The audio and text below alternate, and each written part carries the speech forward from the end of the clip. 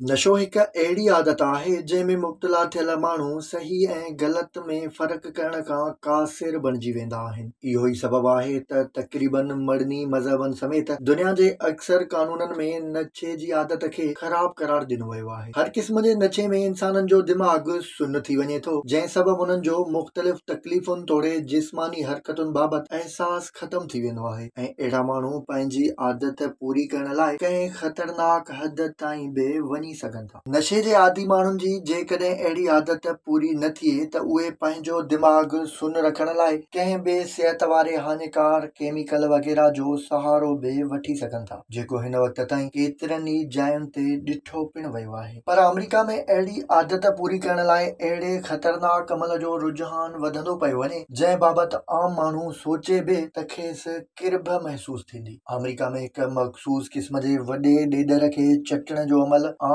थींदो पियो वञे, जंहिंमें मुब्तला माण्हुनि जो अंग बि ॾींहों ॾींहुं वधंदो पियो वञे। अमरीकी पार्कनि में मौजूदु सोनोरेन रेगिस्तान वारे इन ॾेडर जे जिस्म ते अहिड़ो ताक़तवर केमिकल मौजूदु आहे जेको निंड जो सबबु बणिजे थो। अहिड़े केमिकल खे ज़बान ते रखण सां माण्हुनि खे सुरूर महसूस थिए थो। इहो ई सबबु आहे जो माण्हू इन ॾेडर खे चटे नशे जी आदत पूरी करे रहिया आहिनि। माहिरनि जो चवणु आहे त इन ॾेडर जे जिस्म मां ख़ारिज थींदड़ केमिकल हिकु ज़हर आहे जेको माण्हुनि लाइ मौतमार बि साबित थी सघे थो। इन ॾेडर खे न रुॻो चटण पर छुहण सां बि इंसान जी सिहत ते ख़तरनाक असर पइजी सघनि था। अफ़सोस जोगी ॻाल्हि त इहा आहे जो माहिरनि जे रोकण तोड़े एॾे वॾे ख़तरनि जी निशानदही जे बावजूद बि अमेरिका में ॾेडर खे चटण वारे इन अमल में ॾींहों ॾींहुं वाधि थींदी पई वञे।